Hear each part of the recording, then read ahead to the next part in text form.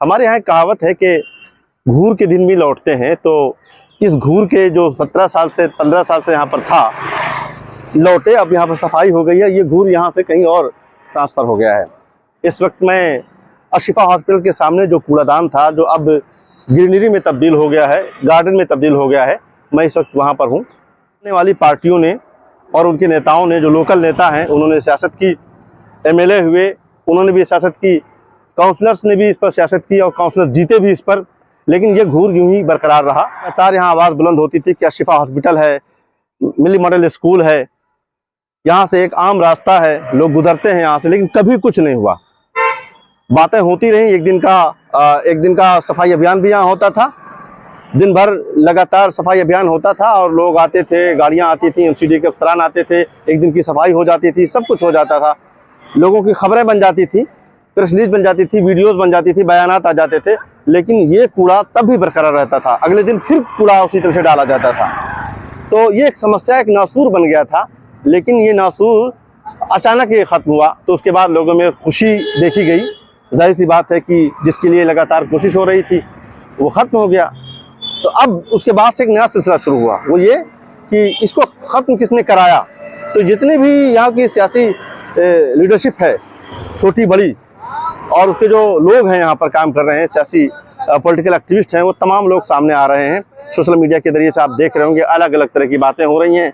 कोई किसी को क्रेडिट दे रहा है, कोई योगी को कोई क्रेडिट दे रहा है, कोई आम आदमी पार्टी को दे रहा है, कोई कांग्रेस को दे रहा है, कोई अरीबा खान को क्रेडिट दे रहा है कि वो यहाँ की काउंसलर हैं। हमने आपसे वादा किया था कि अशिफा हॉस्पिटल के सामने जो ओपन गार्बेज साइट बनी हुई थी, उसको हम नो गार्बेज जोन बनाएंगे। और आप देख सकते हैं कि किस तरह से हमने अपने वादे को पूरा किया है।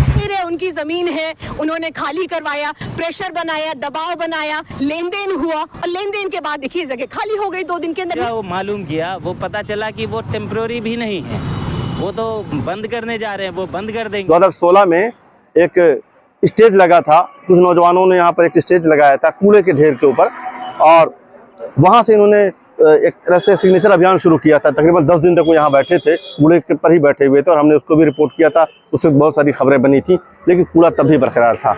2014 में जब 2 अक्टूबर को पीएम नरेंद्र मोदी ने स्वच्छता अभियान शुरू किया, तो उस वक्त यहाँ पर एनडीटीवी ने बाकायदा यहाँ पर आकर के एक रिपोर्ट बनाई थी अशिफा में बैठ करके, और इस कूड़े पर बाकायदा पर चर्चा हुई। सही बात यही है कि जब ये सिंचाई विभाग ने यहाँ पर अपना कंस्ट्रक्शन मुकम्मल किया, तभी ये यहाँ से दूर हुआ है, और इसमें किसी का कोई रोल अमलन ऐसा नज़र नहीं आता। जितने लोग दावा करते हैं, सबने कोशिशें ज़रूर की हैं, इसमें 2 राय नहीं।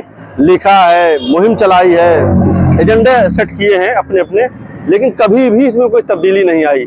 तब्दीली आई तब जब यहाँ पर एक कंस्ट्रक्शन मुकम्मल हुआ। तो बहरहाल जामिया नगर अबुल फजल एनक्लेव के लिए खुशखबरी ज़रूर है कि यहाँ से कूड़ा हट गया है, लेकिन जो वाले लोग हैं वो ये कहते हैं कि कूड़ा का परमानेंट सोल्यूशन यहाँ से नहीं हुआ है। अभी भी कूड़ा यहाँ से शिफ्ट हुआ है। मुतालबा ये था कि इसका बाकायदा कूड़ा घर बना दिया जाए, परमानेंट इलाज तभी मुमकिन है, जो अभी होना बाकी है। आने वाले दिनों में कब तक ये साफ रहेगा और कब तक ये पौधे बरकरार रहेंगे, ये देखने वाली बात होगी। Thank you.